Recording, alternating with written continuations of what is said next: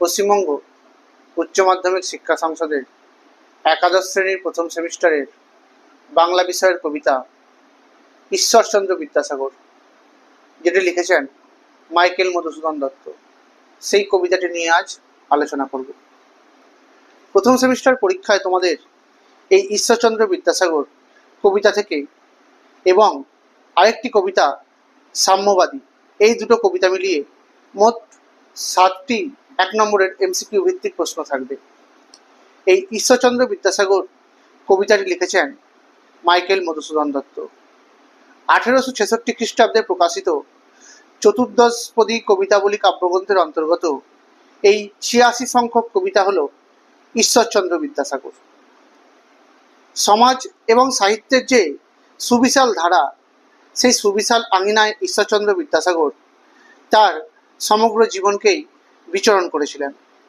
তিনি অনেক প্রতিকূলতা, চলতি পথে পাহাড়ের মতন হয়ে দাঁড়ালেও তার অর্থাৎ বিদ্যাসাগরের চলার সেই গতিকে রোধ করতে পারেনি।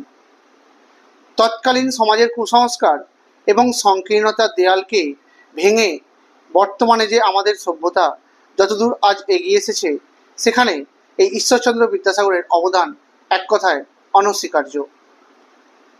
বিদ্যাসাগরের এই অপার উদারতার সঙ্গে যাদের প্রত্যক্ষ বা সরাসরি যোগাযোগ ছিল, তাদের মধ্যে মাইকেল মধুসূদন দত্ত ছিলেন অন্যতম। ঈশ্বরচন্দ্র বিদ্যাসাগর মধুসূদনের প্রতিভার বিশেষ অনুরাগী ছিলেন। মধুসূদন দত্ত কবি হিসেবে সাফল্য লাভ যে করেছিলেন, সেখানে জীবনের অধিকাংশ সময় তিনি অর্থনৈতিকভাবে বা অর্থকষ্টে ভুগতেন। দেনার দায়ে মধুসূদনকে জেলে যাওয়া, ব্যারিস্টারি পড়া বন্ধেরও উপক্রম হতে হয়েছিল। আর ওই সমস্ত দুর্দিনগুলোতে তাকে আর্থিকভাবে এবং মানসিকভাবে পরম স্নেহে বা যত্নে আগলে রেখেছিলেন বিদ্যাসাগর, যার ফলস্বরূপ সার্বিক বিচারে উপকৃত হয়েছে বাংলার সাহিত্য জগৎ। বিদ্যাসাগরের সেই স্নেহের প্রতিদান স্বরূপই মাইকেল মধুসূদন দত্ত এই আলোচ্য কবিতাটি লিখেছিলেন। অনেকেই মনে করে থাকেন, ঈশ্বরচন্দ্র বিদ্যাসাগর যদি সাহায্য না করে থাকতেন, তাহলে কিন্তু মাইকেল মধুসূদন দত্তের নিশ্চিতভাবেই কোনো না কোনোভাবে অনাহারে মৃত্যু হতো। আর এ কথা কবি নিজেও ভালোভাবেই জানতেন।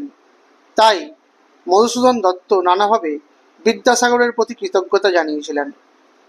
মাইকেল মধুসূদন দত্ত কোথাও বিদ্যাসাগরকে করুণার সাগর, আবার কোথাও বা সত্যিকারের বন্ধু এবং সত্যনিষ্ঠ মানুষ বলে উল্লেখ করেছেন।